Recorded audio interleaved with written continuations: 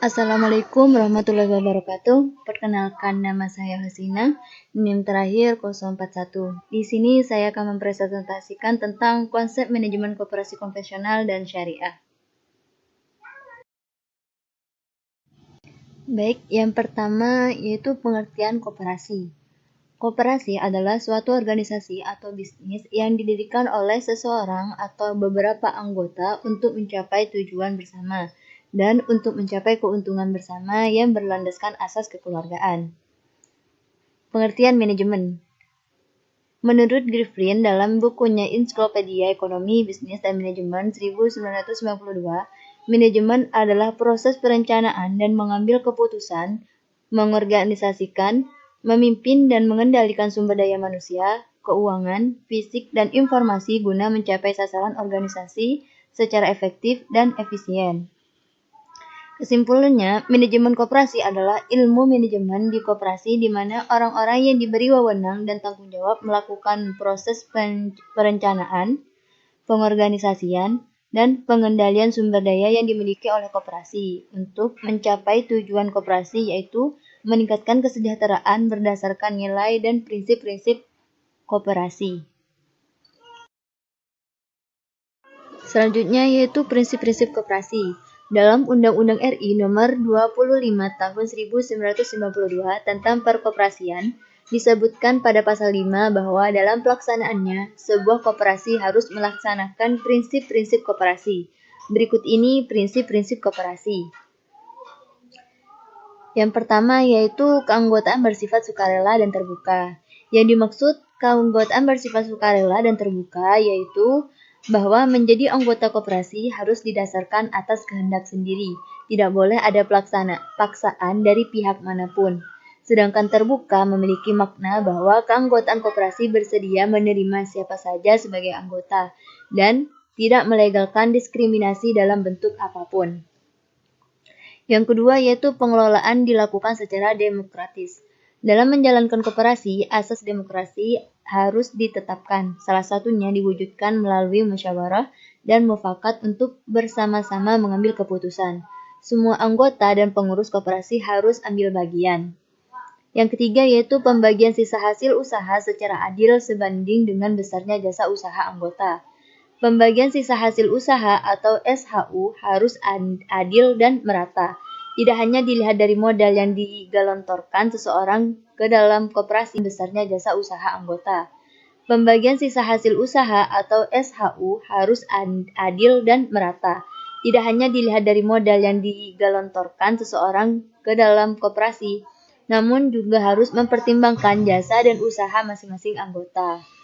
Yang keempat yaitu pemberian balas jasa yang terbatas terhadap modal. Pada dasarnya, koperasi memberikan feedback kepada para anggota yang telah menginvestasikan modalnya dalam koperasi. Modal dalam koperasi dipergunakan untuk mensejahterakan para anggota, bukan semata-mata untuk menghasilkan keuntungan. Oleh karena itu, balas jasa terhadap modal terbatas, dalam arti wajar dan sesuai dengan ketentuan yang berlaku. Yang kelima yaitu kemandirian. Koperasi merupakan badan usaha yang berdiri sendiri, tidak berada di bawah naungan dan tidak bergantung pada lembaga atau organisasi apapun. Namun, prinsip kemandirian ini juga harus diiringi dengan kebebasan yang bertanggung jawab dalam pengelolaan usaha. Selanjutnya yaitu tentang koperasi syariah. Pengertian dari koperasi syariah adalah bentuk koperasi yang memiliki prinsip, tujuan, dan kegiatan usaha yang berlandaskan syariah Islam, yaitu Al-Quran dan As-Sunnah. Prinsip-prinsip koperasi syariah yaitu ada 4. Yang pertama, kekayaan adalah amanah dari Allah SWT dan tidak dapat sepenuhnya dimiliki oleh siapapun. Yang kedua, setiap manusia memiliki hak dan kebebasan untuk melakukannya, asalkan sesuai dengan ketentuan syariah. 3. Manusia adalah khalifah Allah dan makmur di bumi ini. 4. Menjunjung tinggi keadilan dan menolak segala sesuatu yang berkaitan dengan ribawi dan konsentrasi sumber daya ekonomi pada sekelompok orang. Selanjutnya yaitu tujuan koperasi syariah. Koperasi syariah bertujuan untuk meningkatkan kesejahteraan anggota pada khususnya dan masyarakat pada umumnya, serta turut membangun tatanan perekonomian yang berkeadilan sesuai prinsip-prinsip Islam. Sedangkan tujuan koperasi konvensional yaitu berdasarkan UUD yang mengatur koperasi pada pasal 3, koperasi memiliki tujuan untuk mensejahterakan anggota pada khususnya dan masyarakat pada umumnya, serta ikut membangun tatanan perekonomian nasional dalam rangka mewujudkan masyarakat yang maju, adil, dan makmur berdasarkan Pancasila dan UUD 1945. Selanjutnya yaitu proses yaitu berdasarkan UUD yang mengatur koperasi pada pasal 3, koperasi memiliki tujuan untuk mensejahterakan anggota pada khususnya dan masyarakat pada umumnya, serta ikut membangun tatanan perekonomian nasional dalam rangka mewujudkan masyarakat yang maju, adil, dan makmur berdasarkan Pancasila dan UUD 1945. Selanjutnya yaitu proses manajemen. Di sini saya akan menerangkan proses manajemen secara singkat karena pada video selanjutnya ada pembagiannya sendiri.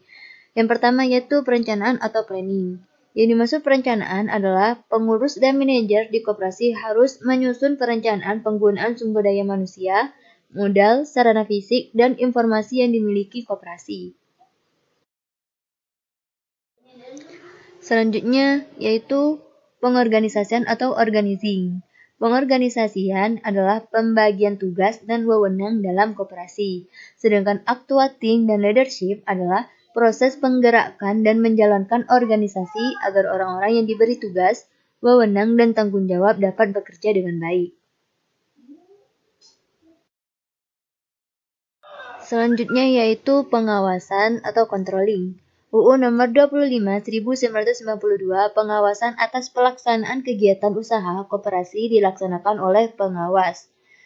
Pengawasan adalah upaya yang dilakukan untuk mengukur keberhasilan suatu koperasi. Yang terakhir yaitu aspek-aspek manajemen koperasi. Aspek-aspek manajemen koperasi yaitu ada 3. Yang pertama, manajemen operasional. Manajemen operasional yang mengelola variabel kunci keberhasilan koperasi secara efisien dan efektivitas secara optimal. Yang kedua yaitu manajemen pemasaran. Manajemen pemasaran adalah suatu proses yang dilakukan oleh suatu usaha untuk menimbulkan permintaan terhadap barang dan jasa yang dihasilkan. Yang ketiga yaitu manajemen keuangan. Pusat perhatian manajemen keuangan adalah terhadap pengelolaan berbagai aspek keuangan suatu usaha. Sekian, terima kasih. Kurang lebihnya mohon maaf. Wassalamualaikum warahmatullahi wabarakatuh.